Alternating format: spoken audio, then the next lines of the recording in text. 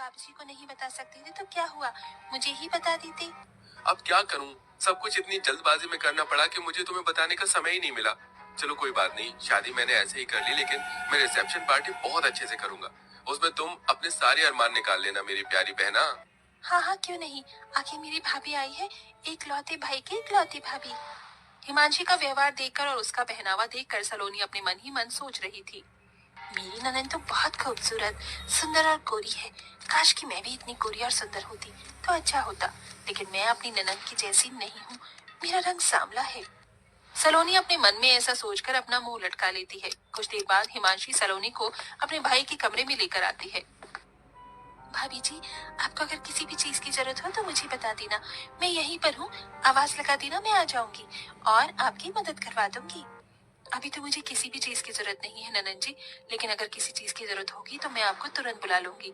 आप चिंता मत करो, आपके अलावा इस घर में मेरा है भी कौन जो मुझे समझ सके। एक भाभी के लिए एक ननद बहुत मायने रखती है। आप तो इस चीज को समझती हो ना। हाँ हाँ, क्यों नहीं मेरी प्यारी भाभी, बिल्कुल समझती हूँ। आप चिंता मत करो, मेरे रहते इस घर में आपको कभी किसी चीज की परेशानी होगी ही नहीं। ऐसा बोलने के बाद हिमांशी अपने भाई के कमरे से बाहर आ जाती है। थोड़ी ही देर बाद हिमांशी अपने कमरे में जाती है और एक नया सा सूट पहनकर अपनी भाभी के कमरे में आती है। अरे भाभी, अभी तक आप तैयार नहीं हुई हो, रुको मैं आपको तैयार कर देती हूँ। हिमांशी अपनी भाभी सलोनी को तैयार करने लगती है। तभी सलोनी देखती है कि हिमांशी ने बहुत सुंदर और प्यारा सूट पहना होता है। वो शीशे में अपनी ननद को देखते हुए कहती है, क्या बात है ननद जी, तुम्हारा ये सूट कितना प्यारा लग रहा है, तुम्हारे गोरे रंग पर खिल रहा है। मेरा रंग काला है ना, तो मेरे ऊपर ऐसे कपड़े अच्छे नहीं लगते। मैंने कई बार ऐसे कपड़े देखे हैं, लेकिन मेरा रंग और बेकार लगने लगता है। अरे भाभी, कैसी बात कर रही हो आप, ये तो बहुत प्यारा कलर है और ये कलर भी मीडियम है। इसे गाजरी कलर बोलते हैं। आपको पता है ये कलर हर एक औरत के ऊपर जचता है, फिर चाहे वो काली हो या गोरी हो। आपको यकीन नहीं है तो रुको, मैं आपको ये सूट देती हूँ, फिर आप इसे पहनकर देखना, आपके ऊपर बहुत अच्छा लगेगा। हिमांशी अपने कमरे में जाती है और दूसरा सूट पहनकर जो उसने पहना होता है उसे उतार के अपनी भाभी के पास ले आती है। भाभी, ये लो सूट। अरे ननद जी, आपको ये सूट मुझे देने की क्या जरूरत थी, रहने दीजिए। अरे क्या हुआ भाभी, आप मेरी भाभी हो, मैं इतना नहीं कर सकती, चलो इसे पहनकर दिखाओ। हिमांशी के ऐसा कहने के बाद सलोनी हिमांशी की बात मान लेती है और सूट पहनकर अपनी ननद को दिखाती है। देखो ननद जी, कैसा लग रहा है। पहले तो मुझे लग रहा था कि मेरे रंग के ऊपर ये अच्छा नहीं लगेगा, लेकिन मेरे सांवले रंग के ऊपर ये मुझे बहुत अच्छा लग रहा है। हाँ हाँ, क्यों नहीं भाभी, आपके ऊपर ये रंग बहुत अच्छा लग रहा है। कलर कुछ नहीं होता भाभी, पहनने का तरीका होना चाहिए। आपके ऊपर ये सच में बहुत अच्छा लग रहा है। आज से आप इसे अपने पास ही रख लो।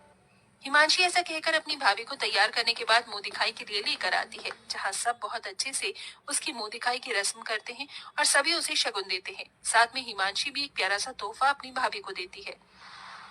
भाभी, मैं आपके लिए ये इतना प्यारा सा तोहफा लेकर आई हूँ, इसे हमेशा अपने पास ही रखना। आप तो बहुत अच्छी हो ननद जी, आपका बहुत बहुत शुक्रिया। इस तरह हिमांशी अपनी नई भाभी के आने पर बहुत खुश होती है, लेकिन सलोनी बहुत ही चालाक होती है। उसे जो भी चीज हिमांशी की अच्छी लगती है वो उससे लेने के चक्कर में उसके सामने ऐसा दिखावा करती है जैसे उसके रंग की वजह से उसके ऊपर कुछ भी अच्छा लगता ही नहीं। एक दिन सलोनी अपनी ननद के कमरे में आती है तो वो ननद के ड्रेसिंग टेबल पर बहुत महंगा महंगा मेकअप का सामान देखती है। कितना महंगा महंगा मेकअप का सामान है, मुझे तो बड़ी हैरानी हो रही है। ऐसा सामान तो मैंने कभी देखा ही नहीं जिंदगी में। अरे भाभी, आप यहाँ, कुछ काम था क्या आपको? नहीं, कुछ काम नहीं था, मैं तो बस ऐसे ही आई थी। वैसे ननद जी, आपके कमरे में ड्रेसिंग टेबल पर ये इतना महंगा महंगा मेकअप का सामान, वैसे तो मैं भी सोचा करती थी कि मैं मेकअप करूंगी, लेकिन मेरा रंग सांवला है, इसलिए मेरे रंग पर पता नहीं मेकअप खिलेगा या नहीं। अरे भाभी, आप भी ना कैसी बातें करती हो और सोचती हो, ऐसा कुछ नहीं होता। मेकअप हर चेहरे पर अच्छा लगता है, देखो मैं आपको करके दिखाती हूँ। हिमांशी अपनी भाभी सलोनी के चेहरे पर थोड़ा सा मेकअप करती है तो सलोनी को अच्छा लगता है। तभी सलोनी कहने लगती है, ननद जी, बहुत बढ़िया मेकअप है आपके पास, काश कि मेरे पास भी होता। होने की क्या बात है भाभी जी, ये है ना, आप इसे रख लो, मैं अपने लिए और मंगा लूंगी। आपके पास रहे या मेरे पास रहे, कौन सी बड़ी बात है। सलोनी ये सुनते ही खुश हो जाती है। मेरी ननद बहुत अच्छी है, आप सच में बहुत अच्छी हो ननद जी, भगवान ऐसी ननद हर किसी भाभी को दे। ऐसा कहने के बाद सलोनी अपने कमरे में सारा मेकअप